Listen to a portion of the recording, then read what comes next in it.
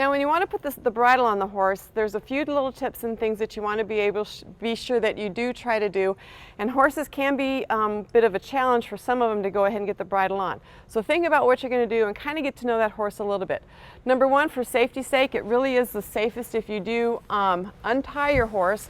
I don't need to take the lead rope all the way off of the post, but I'm going to go ahead and untie it.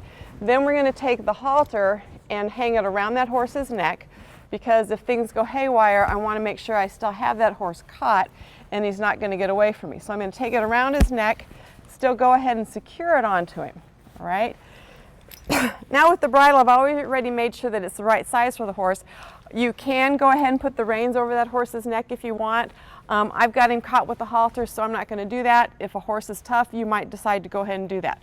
When I'm going to go ahead and bridle him, we're going to put the hand closest to him up between his ears, up by his poll, and grab the crown piece of that bridle with my hand. I'm going to take the bit with my hands and take my fingers and hold the bit. My other fingers are going to come underneath and slide the curb chain back, and my thumb's going to actually go ahead and go in the corner of that horse's mouth to help open his mouth and go ahead and slide that bit in. As I'm sliding the bit in, at the same time I'm pulling up with my hand to go ahead and gently put that bit in the horse's mouth. Okay? And then I'm going to kind of ask her to bring her head over. I'm going to go to the far side and put the ear in that earpiece and the near side and go ahead and slide the bridle on.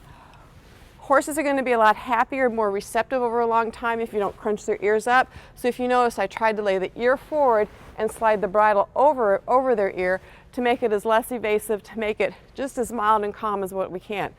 You want to make sure that bridle is adjusted properly, and so I'm going to look here, and this is maybe a little bit loose. I'll bring it up just a little bit tighter for the curb bit that she has in her mouth. I want to see just a little bit of a wrinkle, and the curb chain, you're going to make various adjustments of your curb chain depending on your horse. You always want about 2 or 3 fingers underneath that. Some horses need it looser, some horses need it tighter, and that's something that you just kind of work with and adjust over time.